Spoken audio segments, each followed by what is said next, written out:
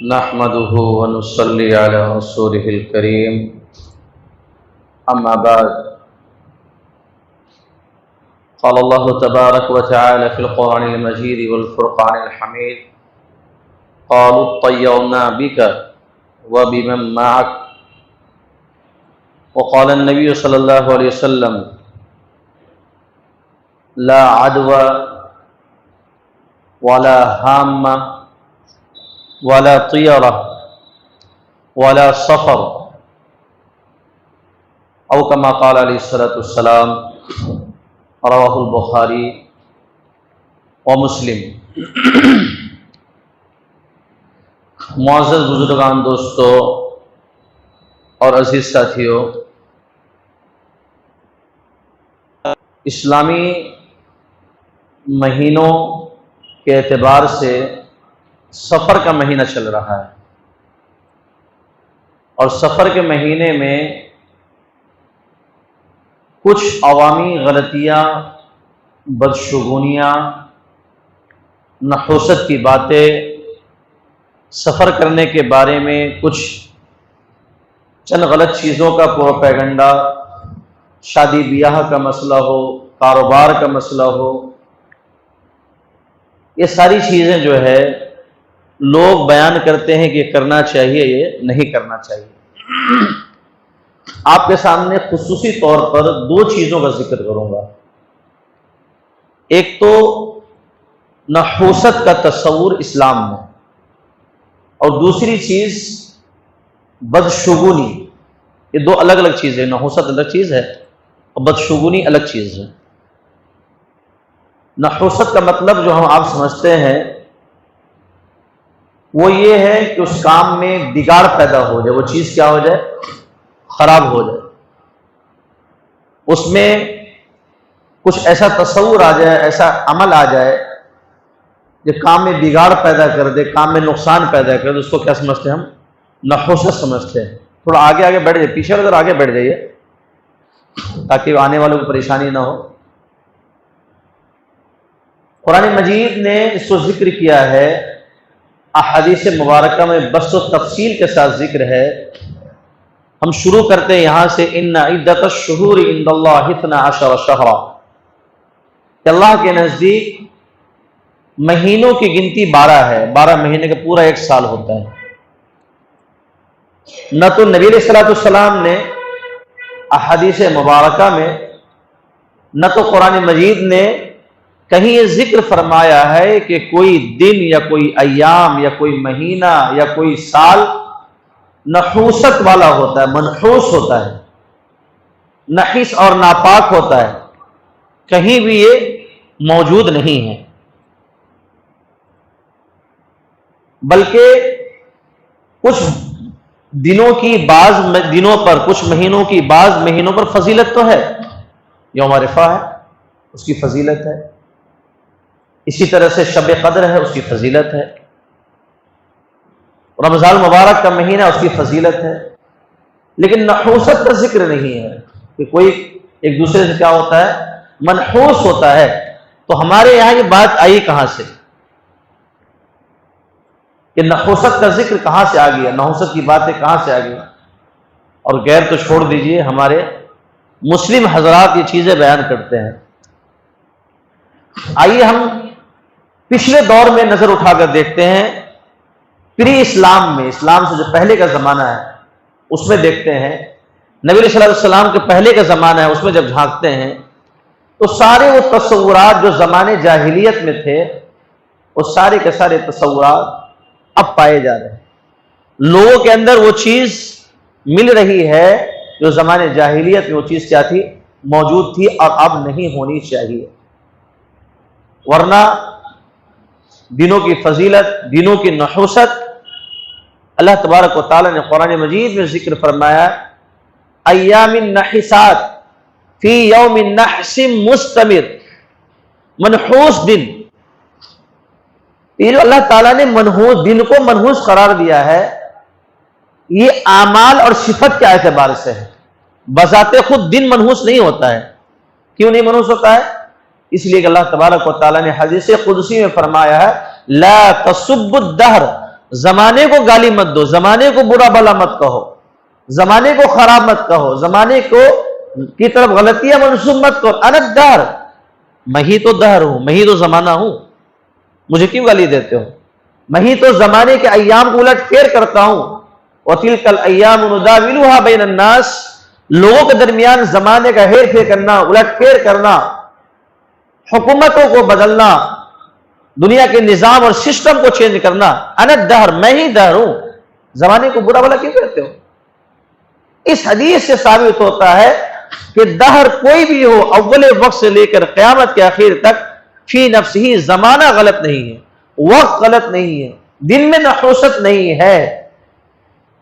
اللہ تعالیٰ نے قوم کا ذکر اور اس کی عذاب کا ذکر فرماتے فرمایا فی ایام فی یوم نحس مستمر، کہ وہ برائی والا دن، وہ نحوست والا دن قوم کے اعتبار سے جہاں پر اس کو عذاب آیا۔ ایک آدمی صحیح ہے، صحیح سالم کیا بولتے ہیں؟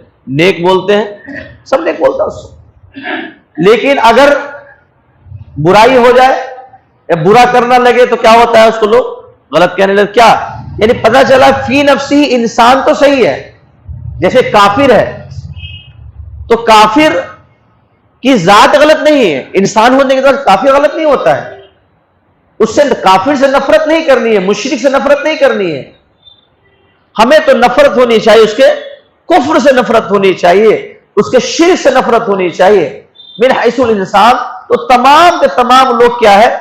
اشرف المخلوقات ہے۔ وَلَقَدْ كَرَّمْنَا بنی آدم، کہ بنی آدم جو کوئی بھی ہوگا وہ معزز ہوگا، جانوروں کے حساب سے، دیگر مخلوقات کے حساب سے۔ اللہ تعالیٰ نے اشرف المخلوقات انسان کو بنایا ہے، لیکن انسان اپنے عمل کے اعتبار سے یا تو جہنم میں جانے والا بن رہا ہے یا پھر جنت میں جانے والا ہے۔ یہ صفت انسان کے اندر اپنی صفت جب کماتا ہے تو وہ صفت لگ کر وہ انڈیکیٹ ہوتا ہے کہ یہ کیا ہے؟ یہ مسلم ہو گیا، یہ نان مسلم ہو گیا، یہ کرسچن ہو گیا، یہ یہودی ہو گیا، یہ نصارہ ہو گیا، یہ کفر کرنے والا ہو گیا، یہ موحد ہو گیا، یہ دین والا ہو گیا، یہ اسلام والا ہو گیا، مسلمان ہو گیا، یہ مومن ہو گیا۔ مومن بھی جو نیک بندے ہوتے ہیں کہتے قطب ہے، ابدال ہے، بزرگ ہے، ولی ہے۔ جو مومن میں نیک بندے نہیں ہوتے کبھی کہتے ہیں فاسق ہے، فاجر ہے۔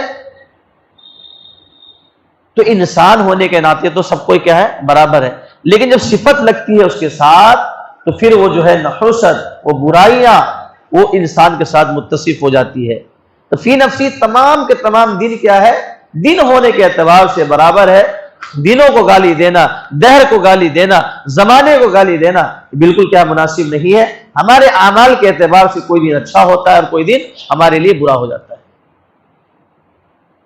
نبی علیہ الصلوۃ والسلام نے فرمایا لا عدوى ولا طیرہ ولا حامہ ولا صفرہ ولا غولہ، الگ الگ احادیث میں الفاظ ذکر ہے۔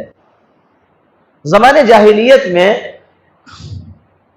بہت ساری بدعقیدیت اعتقادات کی چیزیں تھیں، بدعقیدتیں موجود تھیں زمانے جاہلیت میں، نبی صلی اللہ علیہ وسلم کے جسٹ زمانے سے پہلے زمانہ میں۔ محرم کے بعد سفر آتا ہے، دوسرا مہینہ ہوتا ہے، تو عرب کے زمانے جاہلیت میں لوگ کیا کرتے تھے؟ سفر کو چینج کرتے تھے، چونکہ سفر کے مہینے کو منحوس مہینہ سمجھتے تھے۔ کون سمجھتے تھے؟ زمانے جاہلیت کے لوگ، کہ جب آپ صلی اللہ علیہ وسلم کا زمانہ شروع نہیں، وہ لوگ کیا سمجھتے تھے؟ سفر کو منحوس سمجھتے تھے۔ دیکھیے ہم اپنا لنک کہاں جوڑ رہے ہیں، سمجھے گا بات کو، اپنا لنک کہاں جوڑ رہے ہیں؟ منحوس کون سمجھتے تھے؟ زمانے جاہلیت کے لوگ منحوس سمجھتے تھے، اور سفر کے اندر سفر کرنا نہیں، سفر کرنے کو غلط سمجھتے تھے۔ سفر ایک مہینے کا نام ہے، اور سفر جو ٹریولنگ کرتے ہیں اس کا نام ہے، وہ سفر کرنے کو غلط سمجھتے تھے، پورا کوئی نہ منحوس سمجھتے تھے۔ تو کبھی کبھی کیا کرتے تھے، اگر کون کو کام پڑتا، یہ سفر میں بڑا کام انجام دینا ہے، جنگ کرنا ہے یا کوئی شادی بیاہ کرنی ہے، سفر کرنا ہے، تو کیا کہتے تھے کہ اس سال سفر کا مہینہ محرم میں ہو جائے گا۔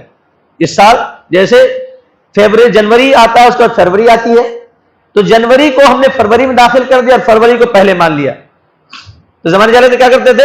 پہلے محرم کا مہینہ آتا ہے، پھر سفر کا آتا ہے، تو وہ کام پڑتا تھا، تو کہتے تھے اس سال ایسا کرتے ہیں، سفر کو اٹھا کے پہلے رکھ دیتے ہیں اور محرم کو کیا رکھتے ہیں؟ بعد میں رکھتے ہیں۔ یہ زمانے جاہلیت میں لوگ کیا کرتے تھے؟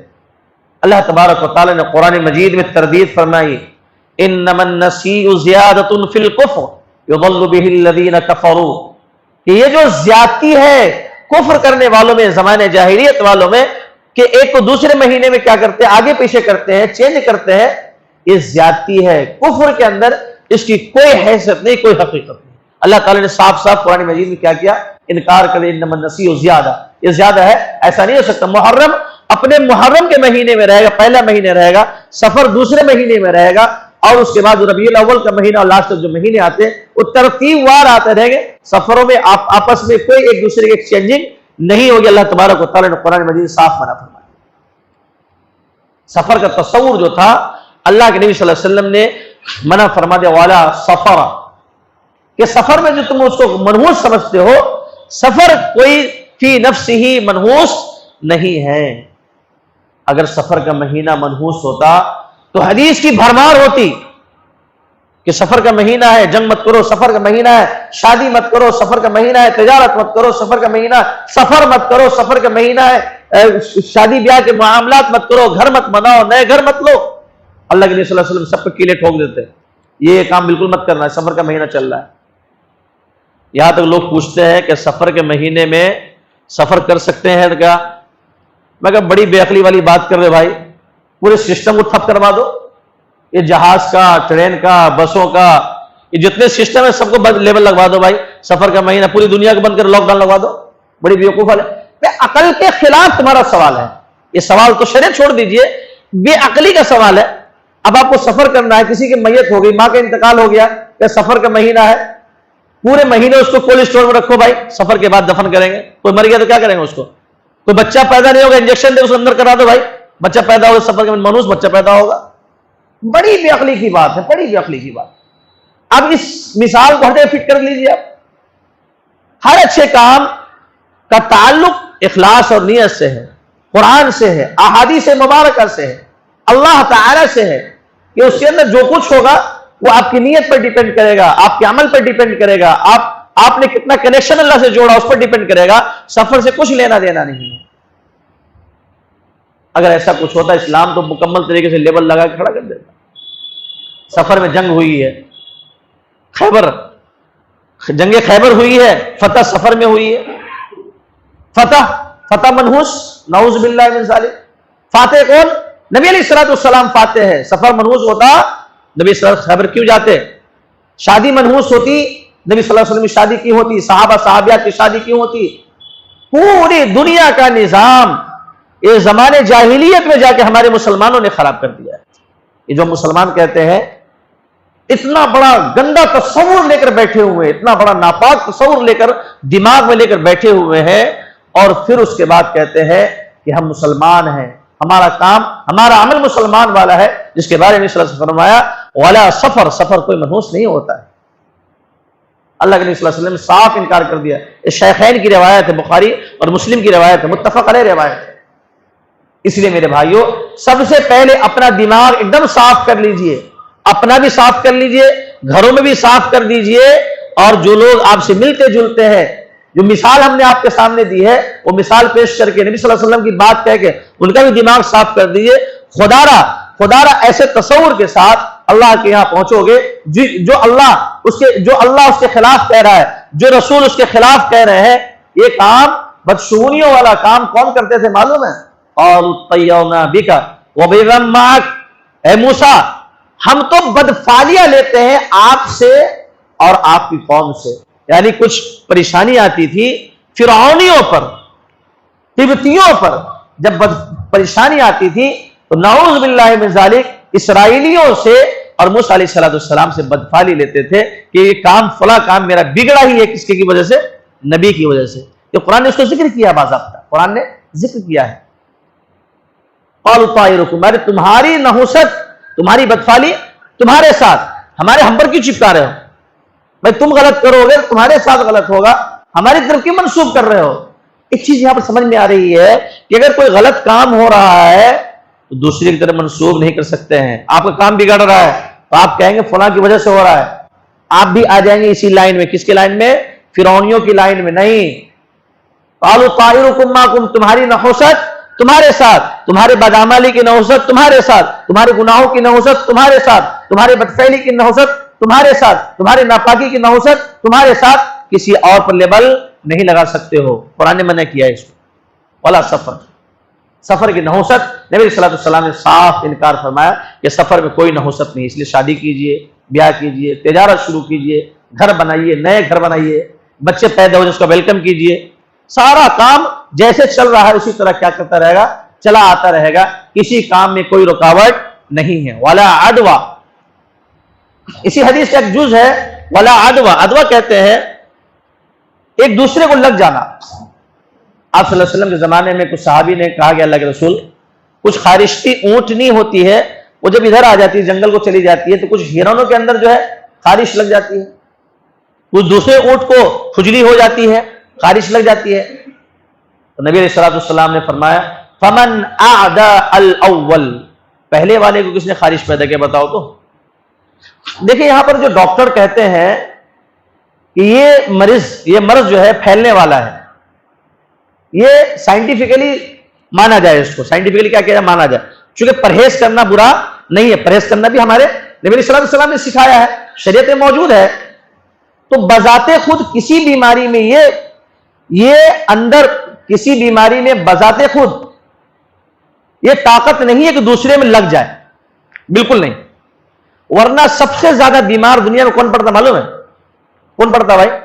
ڈاکٹر پڑھنا چاہیے، سب سے زیادہ بیمار دیکھتا کون ہے بھائی؟ ڈاکٹر مریض میں ہاتھ لگاتا ہے، کینسر کے پیشنٹ کو لگاتا ہے، ٹی وی کے پیشنٹ کو لگاتا ہے، اتنے کورونا کے پیشنٹ کو لگایا۔ سب سے زیادہ ڈاکٹر مرے یا پبلک مری؟ ظاہر سی بات ہے پبلک مرتی ہے، ڈاکٹر تو نہیں مرتا۔ کب کہیں گے ڈاکٹر پریکاشن لیتا ہے؟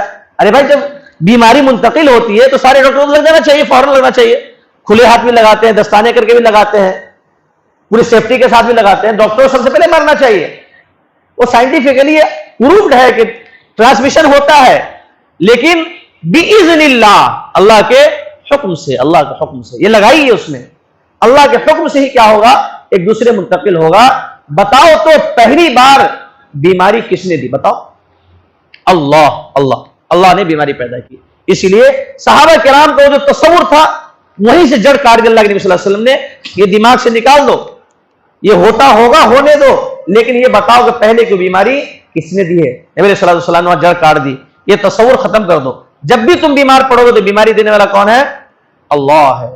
گھر میں کوئی بیمار پڑا، بیماری تم کو لگ سکتی ہے، اللہ کے حکم سے۔ میں بیمار پڑا، اللہ کے حکم سے۔ بیماری منتقل ہوئی، اللہ کے حکم سے۔ اگر یہ تصور لے کر آئیں گے تو ہماری ایمان میں کیا ہوگی؟ مضبوطی ہوگی، اور سائنٹیفکلی بھی ہم غلط نہیں کہلائیں گے۔ ٹرانسمیشن ہوتا ہونے دو، لیکن باذن اللہ لگائیے۔ ولا ہامہ، نبی علیہ السلام سے ایک لفظ فرمایا ہامہ۔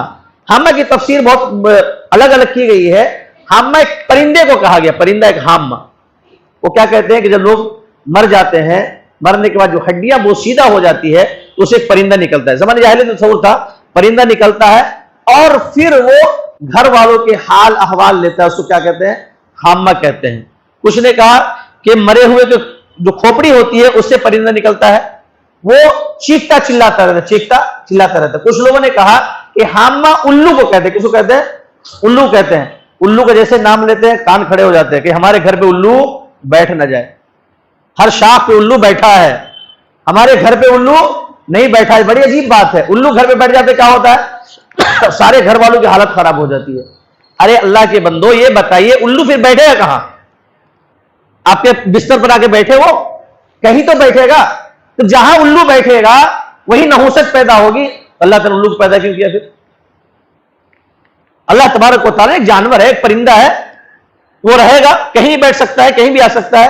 اب مزید ایسے کبوتر آ سکتے ہیں، آپ کے گھر پہ آ سکتے ہیں، کہیں بھی کوئی پرندہ کہیں بھی جا سکتا ہے، آپ اسے پابندی نہیں، چونکہ پرندہ کا معنی ہی ہے پر والا، اڑنے والا، کہیں بھی اڑے کہیں بیٹھ جائے گا، کوئی شکار کر لے گا، کوئی پکڑ لے گا، کوئی چھوڑ دے گا، کہیں پنجرے میں بند کر دیا جاتا ہے، کبھی چڑیا خانے میں، اگر چڑیا خانے میں الو اگر رکھ دیا گیا چڑیا خانے والے نے تو پورا چڑیا خانہ تو وہ نوست والا ہو جائے گا۔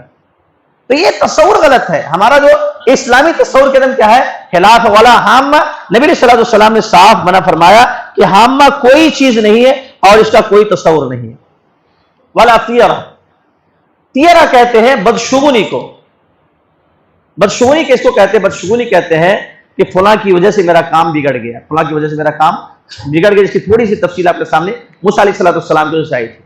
اس میں جو ہے بلی کا ذکر کہتے ہیں. لوگ کیا بولتے ہیں؟ بلی نے میرا راستہ کاٹ لیا. بھائی تمام بلیوں کے ٹانگ ہاتھ باندھ کر وہ لگا دو بھائی مہر کہ تم راستے پر نہیں چل سکتی. باندھ دو بلیوں کو. گھروں میں بلیاں نہیں رہ سکتی. بلی کہاں رہے گی بھائی؟ پھر پنجروں میں بند رہے گی. یہ بڑی افسوس کی بات ہے، بڑی افسوس کی بات ہے. عقل کی کتنی خرابی ہے کہ بھائی ہم یہاں سے اگر گزر رہے ہیں تو بلی گزرے گی نہیں تو کیا کرے گی؟ بلی کو کیا پتا کہ میں راستہ کاٹ رہی ہوں یا نہیں کاٹ رہی ہوں؟ یہ تو اس شخص کے عقل، اسلام اور ایمان کی کمزوری کی بات ہے کہ وہ بلی کو مورد الزام ٹھہرا رہا ہے کہ بلی نے میرا راستہ کاٹ دیا. کیا آپ تمام بلیوں کو جیل میں ڈال دیں گے یا مہم شروع کی جائے؟ اے مسلمانوں، یہ کیسی مہم ہے، کیسی بات ہے کہ بلیوں پر آپ اپنے غلط اور خرابی بلیوں پر الزام ڈالتے ہو؟ یہ زمانے جاہلیت کا تصور ہے. کوا، اگر کوا نے بول دیا، ایک کوے کی قسم ہوتی ہے، کوے کا ایک میل ٹائپ کا آتا ہے، بڑا سا آتا ہے، وہ گھروں پر اگر بیٹھ گیا تو ساری نحوست آپ کے گھر میں. دیکھیے میرے بھائیوں، نحوستوں کا تعلق کسی کے عمل سے نہیں ہے بلکہ آپ کے عمل سے ہے. آپ کے گھر میں مصیبتوں کا تعلق آپ کے عمل اور آپ کے کیا ہے؟ گناہ سے ہے. کوے کے اندر فی ذاتی نحوست نہیں ہے، بلی کے اندر کوئی نحوست نہیں ہے، الو کے اندر کوئی نحوست نہیں ہے، سفر کے مہینے میں کوئی نحوست نہیں ہے. نحوست کا تو انکار کیا گیا. عمل کی خرابی ہوگی تو نحوست پیدا ہو سکتی ہے، جیسا کہ ہوئی اور ہوتی رہے گی. نبی علیہ الصلوۃ والسلام کا کیا ہے؟ ارشاد ہے. آئیے، زمانے جاہلیت میں کیا ہوتا تھا؟ زمانے جاہلیت میں ہوتا تھا کعبے میں دو تیر رکھے جاتے. تیر ایک میں نام لکھا رہتا تھا، ایک لا لکھا رہتا تھا. زمانے جاہلیت میں کسی کو سفر کرنا ہوتا تھا، تیر نکالتا تھا ایسے کر کے. والازلام، قرآن نے ذکر کیا والازلام، تیر نکالتے. اس میں نام کے معنی ہاں کے آتے ہیں. اگر ہاں والا تیر ہاتھ میں آئے تو کام کریں گے، اور نا والا تیر آئے تو کام سے رک جائیں گے. اسی طرح سے کیا کرتے تھے؟ پرندہ اگر بیٹھا رہتا تھا پیڑ کے اوپر، یہ آج کے مسلمان کرتے ہیں. میں زمانے جاہلیت کی بات بتا رہا ہوں لیکن لنک سمجھیے گا. آج کے مسلمان کرتے ہیں، بچے کیا کرتے ہیں؟ پرندے کو اڑاتے تھے. اگر پرندہ رائٹ سائڈ میں اڑ کے جاتا تو سفر کرتے تھے، اگر لیفٹ سائڈ میں اڑ کے جاتا تو سفر نہیں کرتے تھے. ذکر ہے اقر الطیور علی مکانہا، کہ پرندوں کو اپنی جگہ پر چھوڑ دو، کیوں پریشان کر رہے ہو؟ دیکھیے تو کیا زبان ہے، کیا بات ہے، کیا تصور ہے. کیا پرندوں کو ان کی جگہ پر چھوڑ دو، اس کے اڑنے نہ اڑنے سے تمہارے سفر میں کوئی فرق آنے والا نہیں ہے. نقصان لکھا ہوگا تو لاکھ کوشش کر لو، نقصان ہو کر رہے گا. فائدہ لکھا ہوگا، لاکھ کوشش کر لے، دنیا آپ کو نقصان نہیں پہنچا سکتی ہے. یہ تصور اسلام نے بالکل سرے سے کیا کیا ہے؟ منع کیا ہے. اب میں باتوں کو سمیٹ رہا ہوں، بہت اہم بات بتا رہا ہوں. نبی علیہ الصلوۃ والسلام نے فرمایا کہ من وجدہ فی نفسہ، کہ اگر کوئی دل میں کوئی بات آ جائے، کھٹک آ جائے، کھٹک آ گیا، اور اس کے بعد جو ہے فلا یصدنکم، انسانوں کو چاہیے کھٹک کی وجہ سے نہیں رکنا چاہیے. بدشگونی، دماغ میں بدشگونی آ گیا، اور فلاں میرا کام ہو گیا، بلی چلی گئی، یہ ہو گیا، اب تصور غلط چلتا آ رہا ہے. وہ کام کرنا چاہیے نہیں کرنا چاہیے؟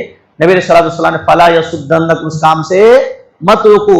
من ارجعته الطیارہ، کہ بدشگونی نے اگر کسی کو اس کام کے انجام سے روک دیا، فقد اشرک، اس نے شرک کیا. شرک کیا کیا بھائی؟ شرک کیا. شرک. ہم بدشگونی کی وجہ سے کام سے نہیں رک سکتے ہیں. نبی علیہ الصلوۃ والسلام نے بدشگونی کی تعلیم نہیں دی ہے. فقد اشرک، اس نے شرک کا کام کیا، اللہ پر بھروسہ نہیں کیا، اس نے بلی، الو اور کوے پر بھروسہ کیا. اللہ پر بھروسہ کرنا چاہیے تھا، اللہ کی ذات پر یقین رکھ کر اس نے نہیں کیا. نبی علیہ الصلوۃ والسلام نے فرمایا فقد اشرک. ایسے شخص کو مشرک، فتوے کے بعد مشرک تو نہیں کہیں گے لیکن عملی طور پر مشرک کہا جائے گا. نبی علیہ الصلوۃ والسلام صحابہ نے کہا یا رسول اللہ ما کفارۃ ذالک، اس کا کفارہ کیا ہے؟ نبی علیہ الصلوۃ والسلام نے فرمایا پڑھ لو اللہم لا طیرہ الا طیرک ولا خیر الا خیرک ولا الہ غیرک. اے اللہ، بدفعلی کوئی چیز نہیں ہے، آپ کا فعل سب سے اونچا ہے، کوئی خیر نہیں، آپ کا خیر سب سے اونچا ہے. ولا الہ غیرک، اور آپ کے علاوہ کوئی معبود نہیں ہے. جب یہ بندہ پڑھ لے گا تو کفارہ کیا ہو جائے گا؟ پورا ہو جائے گا. یہ بات ذکر ہے عمل اللیل، عمل الیوم واللیل. یہ بات کیا ہے؟ ذکر ہے میرے بھائیوں. یہ تصور کیا ہے؟ اسی لیے آپ ان تصور کو کیا کیجئے، ختم کیجئے۔ سفر کی 13 تاریخ کو چنے بھونتے ہیں، چنے کا حلوہ بناتے ہیں، لوگوں کو تقسیم کرتے ہیں۔ سفر کے آخری ایام میں جو بدھ کا مہینہ آتا ہے، بدھ کا جو دن آتا ہے، اس دن لوگ غسل کرتے ہیں، نئے کپڑے پہنتے ہیں، عیدی دیتے ہیں، عیدی تقسیم کرتے ہیں اور کہتے ہیں نعوذ باللہ من ذالک، کہ نبی علیہ السلام کے چہارشنبہ بدھ کے سفر کے مہینے میں آپ صلی اللہ علیہ وسلم نے صحت کا غسل کیا تھا۔ بالکل غلط ہے، آپ صلی اللہ علیہ وسلم صحت غسل نہیں کیا تھا، بلکہ آپ صلی اللہ علیہ وسلم سفر کے مہینے میں مرض الوفات میں کیا ہوئے تھے، مبتلا ہوئے تھے، مرض الوفات لگ چکی تھی، اور ربیع الاول کے مہینے میں ہمارے نبی کا کیا ہوا، انتقال ہوا، اس دنیا سے کیا ہوئے، چلے گئے۔ حاصل کلام میرے بھائیو یہ ہے کہ ایسی تصورات سے جو دین اسلام قرآن کے خلاف ہو، ان سے کیا خود ہی بچے، دوسروں کو بچائے۔ اللہ تعالیٰ سے دعا ہے اللہ مجھے آپ کو سب کو گمراہیوں سے، بد اعتقادیوں سے، شرک سے، کفر سے حفاظت فرمائے۔ وآخر دعوانا الحمدللہ رب العالمین۔